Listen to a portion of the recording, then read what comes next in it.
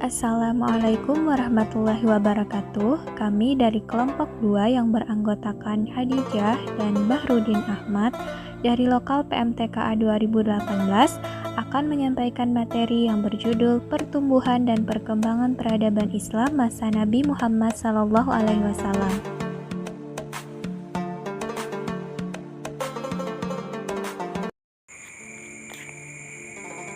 Kondisi masyarakat Arab sebelum kehadiran Nabi Muhammad SAW.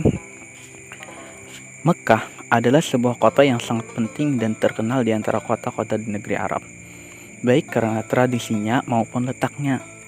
Kota ini dilalui oleh jalur perdagangan yang ramai menghubungkan Yaman di bagian selatan dan Syria di bagian utara. Dengan adanya Ka'bah di tengah kota, Mekah menjadi pusat keagamaan Arab. Ka'bah adalah tempat mereka berziarah. Di dalamnya terdapat 360 berhala mengelilingi berhala utama, yaitu Hubal. Mekah kelihatan makmur dan kuat. Agama dan masyarakat Arab ketika itu mencerminkan realitas kesukuan masyarakat Jazirah Arab dengan luas 1 juta mil persegi. Bila dilihat dari asal-usul keturunan, penduduk Jazirah Arab bisa dibagi menjadi 2 golongan besar, yaitu Khotaniyun, yaitu keturunan Khotan, dan Adnaniyun, keturunan Ismail ibnu Ibrahim. Pada mulanya, wilayah utara diduduki oleh golongan Adnaniyun dan wilayah selatan diduduki oleh Khotaniyun. Akan tetapi, lama-kelamaan kedua golongan itu membaur karena perpindahan-perpindahan dari utara ke selatan ataupun sebaliknya. Selanjutnya, masyarakat baik yang nomadik maupun yang menetap hidup dalam kesukuan Baduy, organisasi dan identitas sosial berakar pada keanggotaan dalam rentang komunitas yang luas. Kelompok beberapa keluarga membentuk kabilah. Beberapa kelompok kabilah membentuk suku dan dipimpin oleh seorang syekh. Mereka sangat menekankan hubungan kesukuan sehingga kesetiaan atau solidaritas kelompok menjadi sumber kekuatan bagi suatu kabilah ataupun suatu suku. Lalu, bagian lain dari daerah Arab yang sama sekali tidak pernah dijajah oleh bangsa lain, baik karena sulit dijangkau maupun karena tandus dan miskin, adalah Hijaz. Kota terpenting ini, daerahnya adalah Mekah dan kota suci Ka'bah berdiri. Ka'bah pada masa itu bukan saja disucikan dan dikunjungi oleh penganut agama asli Mekah, tetapi juga oleh orang-orang Yahudi yang bermukim di sekitarnya. Untuk mengamankan para penziarah yang datang ke kota itu, didirikanlah suatu pemerintahan yang pada mulanya berada di tangan 2 suku yang berkuasa, yaitu Zurhum sebagai pemegang kekuasaan politik dan Ismail, keturunan Nabi Ibrahim, sebagai pemegang kekuasaan atas Ka'bah. Kekuasaan politik ini berpindah ke suku Khuza'ah dan akhirnya ke suku Quraisy di bawah pimpinan Qusay bin Kilab. Dan pada masa suku Quraisy ini dibentuklah 10 jabatan untuk mengelola kota Mekah. Yang pertama ada Hijabah atau penjaga kunci Ka'bah. Kedua ada Siqayah, pengawas mata air Zam-Zam untuk dipergunakan para penziarah. Ketiga ada Diyat, kekuasaan hakim sipil dan kriminal. Keempat ada Sifarah, kuasa usaha negara atau duta. Kelima ada Liwa, jabatan ketentaraan. Keenam Rifadah, pengurus pajak untuk orang miskin. Ketujuh Nadwah, jabatan ketua dewan. Kedelapan Khaimah, pengurus balai musyawarah. Kesembilan Khazinah, jabatan administrasi keuangan. Dan terakhir ada Azlan, penjaga panah peramal untuk mengetahui pendapat dewa-dewa. Selanjutnya ada riwayat hidup Nabi Muhammad SAW. Pada riwayat ini akan dibagi menjadi 2 bagian. Yang pertama sebelum masa kerasulan dan yang kedua pada masa kerasulan. Nabi Muhammad SAW adalah anggota Bani Hashim, suatu kabilah yang kurang berkuasa di suku Quraisy. Kabilah ini yang memegang jabatan Siqayah Nabi Muhammad terlahir dari keluarga terhormat, relatif dan miskin. Ayahnya bernama Abdullah, anak Abdul Muthalib, seorang kepala suku Quraisy yang besar pengaruhnya. Ibunya adalah Aminah binti Wahab dari Bani Juhrah. Tahun kelahiran Nabi dikenal dengan tahun gajah 570 Masehi. Dinamakan demikian karena pada tahun itu pasukan Abraha, gubernur kerajaan Habsyi atau Ethiopia, dengan menunggang gajah menyerbu Mekah untuk menghancurkan Ka'bah. Muhammad lahir dalam keadaan yatim karena ayahnya Abdullah meninggal dunia 3 bulan setelah ia menikah dengan Aminah. Muhammad kemudian diserahkan kepada ibu pengasuh Halimatus Sa'diyah. Dalam asuhannya lah Muhammad dibesarkan sampai usia 4 tahun. Setelah itu kurang lebih 2 tahun dia berada dalam asuhan ibu kandungnya. Ketika berusia 6 tahun dia menjadi yatim piatu. Kemudian Muhammad diasuh oleh kakeknya Abdul Muthalib. Namun 2 tahun kemudian Abdul Muthalib meninggal dunia karena rentak. Tanggung jawab selanjutnya beralih kepada pamannya Abu Thalib. Seperti juga Abdul Muthalib, dia sangat disegani dan dihormati oleh orang Quraisy dan penduduk Mekah secara keseluruhan, tetapi dia miskin. Nabi Muhammad ikut untuk pertama kali dalam kafilah dagang ke Syria atau Syam dalam usia 12 tahun. Pada usia ke-25, Nabi Muhammad SAW berangkat ke Syria untuk berdagang. Pada waktu itu pula Khadijah kemudian melamarnya. Lamaran itu pun diterima dan perkawinan segera dilaksanakan. Ketika itu Muhammad berusia 25 tahun dan Khadijah 40 tahun. Pada umur ke-35 menjadi hakim bagi perselisihan suku-suku dalam pelatakan Batu Hajar Aswad. Selanjutnya pada masa kedua atau masa kerasulan, pada tanggal 17 Ramadan tahun 611 Masehi, malaikat Jibril muncul di hadapannya menyampaikan wahyu Allah yang pertama.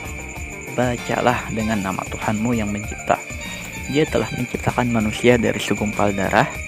Bacalah dan nama Tuhanmu itu Maha Mulia. Dia telah mengajarkan dengan qalam. Dia telah mengajarkan manusia dari apa yang tidak diketahui. Quran Surah Al-Alaq ayat 1-5.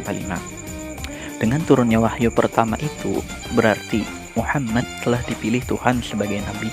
Dalam wahyu pertama ini, dia belum diperintahkan untuk menyeru manusia kepada suatu agama. Setelah wahyu pertama itu datang, Jibril tidak muncul lagi dalam waktu yang lama. Sementara Nabi Muhammad selalu menantikan dan datang ke Gua Hira. Dalam keadaan menanti itulah turun wahyu yang membawa perintah kepadanya. Wahyu itu yang berbunyi sebagai berikut. Hai orang-orang yang berselimut, bangun dan berilah peringatan. Hendaklah engkau besarkan Tuhanmu dan bersihkanlah pakaianmu. Tinggalkanlah perbuatan dosa dan janganlah engkau memberi dengan maksud memperoleh balasan yang lebih banyak. Dan untuk memenuhi perintah Tuhanmu, bersabarlah. Selanjutnya ada dakwah secara sembunyi-sembunyi, di mana dakwah ini dilakukan oleh Nabi Muhammad SAW kepada keluarga dekatnya, kerabat, dan golongan Bani Hashim. Setelah turunnya wahyu, maka Nabi diperintahkan untuk dakwah secara terang-terangan, yang mana dakwah ini dilakukan Nabi Muhammad SAW kepada seluruh penduduk Mekah untuk mengikuti ajaran yang telah dirisalahkan kepadanya, yaitu ajaran Islam kepada penduduk Mekah maupun sekitarnya.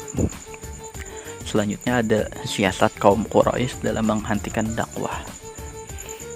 Dalam perjalanan dakwah Nabi Muhammad SAW, banyak kejadian yang mengiringi, terutama siasat-siasat dari kaum Quraisy untuk menghentikan dakwah Nabi Muhammad SAW karena dianggap mengancam kepercayaan terhadap nenek moyang mereka. Karena dengan adanya dakwah ini, maka banyak orang yang berpindah ke agama Islam. Maka karena itulah terjadinya siasat-siasat seperti siasat ingin menukar salah satu anak dari pemuka kaum Quraisy ditukarkan dengan Muhammad SAW untuk dibunuh. Dan ada pula siasat yang mana menghasut paman Nabi Muhammad SAW, yaitu Abu Thalib, untuk menghentikan dakwah Nabi Muhammad SAW. Selanjutnya ada pemboikotan Bani Hashim, di mana pemboikotan ini terjadi selama kurun waktu 3 tahun lamanya, yang mana seluruh penduduk Mekah itu dilarang berinteraksi maupun bertransaksi kepada Bani Hashim, hingga mereka Bani Hashim pindah ke suatu lembah untuk tetap hidup dalam kesengsaraan, yang mana tidak terjadinya jual beli terhadap penduduk Makkah karena adanya pemboikotan ini. Terakhir ada perjanjian Aqabah 1 dan 2, di mana perjanjian ini dilakukan oleh Nabi Muhammad SAW dengan penduduk Madinah yang menyatakan setia kepada Nabi Muhammad dan berjanji untuk melindungi Nabi Muhammad dari segala hal ancaman yang datang kepadanya. Selanjutnya akan dijelaskan oleh teman saya. Berdirinya kota Madinah. Tahun Islam dimulai dengan hijrahnya Nabi Muhammad SAW dari Mekah ke Madinah di tahun 622 Masehi. Umat Islam di waktu itu masih dalam kedudukan lemah, tidak sanggup menentang kekuasaan yang dipegang kaum pedagang Quraisy yang ada di Mekah. Akhirnya Nabi bersama sahabat dan umat Islam lainnya meninggalkan kota dan pindah ke Yathrib, yang kemudian terkenal dengan nama Madinah, yaitu kota Nabi. Nabi sendiri menjadi kepala dalam masyarakat yang baru dibentuk itu dan yang akhirnya menjadi sebuah negara. Dan sebagai penghormatan terhadap Nabi Muhammad SAW, nama kota Yathrib diubah menjadi Madinatun Nabi atau kota Nabi, atau Madinatul Mu'awwanah atau kota yang bercahaya, dan kota ini cukup disebut Madinah. Dalam rangka memperkokoh masyarakat dan negara baru itu, ia segera meletakkan dasar-dasar kehidupan bermasyarakat. Dasar pertama, pembangunan masjid. Selain untuk tempat sholat, juga sebagai sarana penting untuk mempersatukan kaum muslimin dan mempertalikan jiwa mereka, di samping sebagai tempat bermusyawarah merundingkan masalah-masalah yang dihadapi. Masjid pada masa Nabi bahkan juga berfungsi sebagai pusat pemerintahan. Dasar kedua adalah ukhuwah Islamiyah, persaudaraan sesama muslim. Nabi mempersaudarakan antara golongan muhajirin atau orang-orang yang hijrah dari Mekah ke Madinah dan Ansar, yaitu penduduk Madinah yang sudah masuk Islam dan ikut membantu kaum muhajirin tersebut. Dengan demikian diharapkan setiap muslim merasa terikat dalam suatu persaudaraan dan kekeluargaan. Dasar ketiga, hubungan persahabatan dengan pihak-pihak lain yang tidak beragama Islam. Di Madinah, di samping orang-orang Arab Islam, juga terdapat golongan masyarakat Yahudi dan orang-orang Arab yang masih menganut agama nenek moyang mereka. Agar stabilitas masyarakat dapat diwujudkan, Nabi Muhammad mengadakan ikatan perjanjian dengan mereka. Perjanjian tersebut terdiri dari 12 butir dan dikenal dengan sebutan Piagam Madinah. Pokok-pokok Piagam Madinah. Yang pertama, seluruh masyarakat yang turut menandatangani piagam ini bersatu membentuk suatu kesatuan bangsa. Yang kedua, jika salah satu kelompok yang turut menandatangani piagam ini diserang oleh musuh, maka kelompok yang lain harus membelanya dengan menggalang kekuatan gabungan. Yang ketiga, tidak satu kelompok pun diperkenankan mengadakan persekutuan dengan kafir Quraisy atau memberikan perlindungan kepada mereka atau membantu mereka mengadakan perlawanan terhadap masyarakat Madinah. Dan yang keempat, orang Islam, Yahudi, dan seluruh warga Madinah yang lain bebas memeluk agama dan keyakinan masing-masing, dan mereka dijamin kebebasannya dalam menjalankan ibadah sesuai dengan agama dan keyakinan masing-masing.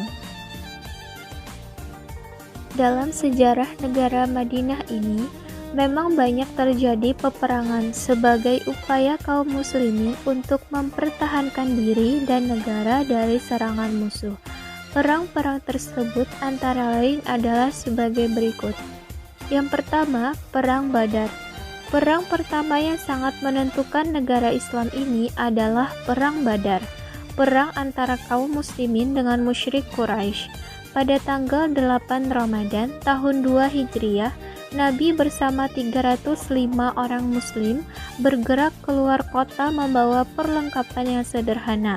Di daerah Badar, pasukan Nabi bertemu dengan pasukan Quraisy yang berjumlah sekitar 900 sampai 1000 orang. Dalam perang ini kaum muslimin keluar sebagai pemenang. Yang kedua, Perang Uhud. Bagi kaum Quraisy Makkah, kekalahan mereka dalam Perang Badar merupakan pukulan berat. Pada tahun 3 Hijriah, mereka berangkat menuju Madinah, membawa tidak kurang dari 3.000 pasukan yang berkendara unta, 200 pasukan berkuda di bawah pimpinan Khalid ibnu Walid, 700 orang di antara mereka memakai baju besi. Nabi Muhammad menyongsong kedatangan mereka dengan pasukan sekitar 1.000 orang. Namun baru saja melewati batas kota, Abdullah ibnu Ubay, seorang munafik dengan 300 orang Yahudi, membelok dan kembali ke Madinah. Meskipun demikian, dengan 700 pasukan yang tertinggal, Nabi melanjutkan perjalanan. Beberapa kilometer dari kota Madinah, tepatnya di Bukit Uhud, kedua pasukan bertemu. Perang dahsyat pun berkobar. Pertama-tama, prajurit-prajurit Islam dapat memukul mundur tentara musuh yang lebih besar itu. Kemenangan yang sudah diambang pintu ini tiba-tiba gagal. Prajurit Islam mulai memungut harta rampasan perang tanpa menghiraukan pergerakan musuh. Kelengahan kaum muslimin ini dimanfaatkan dengan baik oleh musuh.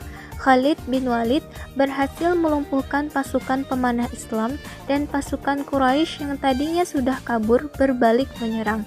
Pasukan Islam menjadi porak-poranda dan tak mampu menangkis serangan tersebut. Satu persatu pahlawan Islam gugur, bahkan Nabi sendiri terkena serangan musuh. Perang ini berakhir dengan 70 orang pejuang Islam syahid di medan laga. Yang ketiga, Perang Khandaq. Pengkhianatan Abdullah ibnu Ubay dan pasukan Yahudi pada saat Perang Uhud mendapatkan ganjaran yang berat. Bani Nadir, satu dari dua suku Yahudi di Madinah yang berkomplot dengan Abdullah ibnu Ubay, diusir keluar kota. Masyarakat Yahudi yang mengungsi ke Khaybar kemudian mengadakan kontak dengan masyarakat Mekah untuk menyusun kekuatan bersama guna menyerang Madinah.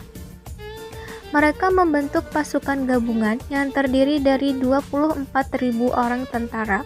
Mereka bergerak menuju Madinah pada tahun 5 Hijriah atas usul Salman Al-Farisi. Nabi memerintahkan umat Islam menggali parit untuk pertahanan. Setelah tentara sekutu tiba, mereka tertahan oleh parit itu. Namun, mereka mengepung Madinah dengan mendirikan kemah-kemah di luar parit. Setelah sebulan pengepungan, angin dan badai turun amat kencang, menghantamkan dan menerbangkan kemah-kemah dan seluruh perlengkapan sekutu. Mereka terpaksa menghentikan pengepungan dan kembali ke negara mereka masing-masing tanpa hasil apapun. Pada tahun 6 Hijriah, ketika ibadah haji sudah disyariatkan, Nabi memimpin sekitar 1.000 kaum muslimin berangkat ke Mekah. Sebelum tiba di Mekah, mereka berkemah di Hudaybiyah, beberapa kilometer dari Mekah. Penduduk Mekah tidak mengizinkan mereka masuk kota. Akhirnya, diadakan perjanjian yang dikenal dengan nama Perjanjian Hudaybiyah yang isinya antara lain: yang pertama, kaum muslimin belum boleh mengunjungi Ka'bah pada tahun ini, tetapi ditangguhkan sampai tahun depan. Yang kedua, lama kunjungan dibatasi sampai 3 hari saja.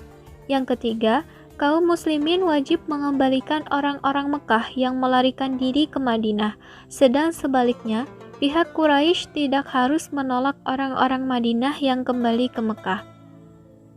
Yang keempat, selama 10 tahun diberlakukan gencatan senjata antara masyarakat Madinah dan Mekah. Yang kelima, tiap kabilah yang ingin masuk ke dalam persekutuan kaum Quraisy atau kaum muslimin boleh melakukannya tanpa mendapatkan rintangan. Bulan haji yang ditunggu-tunggu akhirnya datang. Sebagaimana menurut perjanjian Hudaybiyah, Nabi diizinkan berkunjung ke Mekah untuk menunaikan hasrat kaum muslimin melaksanakan ibadah haji. Gencatan senjata yang terjadi memberikan kesempatan kepada Nabi untuk menyebarkan agama Islam ke negara-negara lain. Nabi mengirimkan utusan dan surat kepada kepala-kepala negara dan pemerintahan. Namun, mereka semua menolak ajakan Nabi tersebut. Bahkan, utusan yang dikirim Nabi kepada Raja Ghassan dibunuh dengan kejam. Atas perlakuan ini, Nabi mengirimkan pasukan perang yang berjumlah 3.000 orang dan peperangan pun terjadi di Mut'ah yang berada di sebelah utara Jazirah Arab. Pasukan Islam mengalami kesulitan dalam perang ini, sehingga Khalid ibn Walid yang menjadi panglima perang memerintahkan kaum muslimin untuk kembali ke Madinah. Selama 2 tahun perjanjian Hudaybiyah berlangsung, dakwah Islam sudah menjangkau seluruh Jazirah Arab dan mendapat tanggapan yang positif. Wilayah kekuasaan Islam semakin luas dan berkembang, hingga pada hari Senin 12 Rabiul Awal 11 Hijriah atau 8 Juni 632 Masehi, Nabi Muhammad SAW wafat di rumah Siti Aisyah. Nabi dikenal sebagai pemimpin agama, negarawan, pemimpin politik dan administrasi yang cakap. Selama menjadi pemimpin politik, beliau berhasil menundukkan seluruh Jazirah Arab ke dalam kekuasaannya.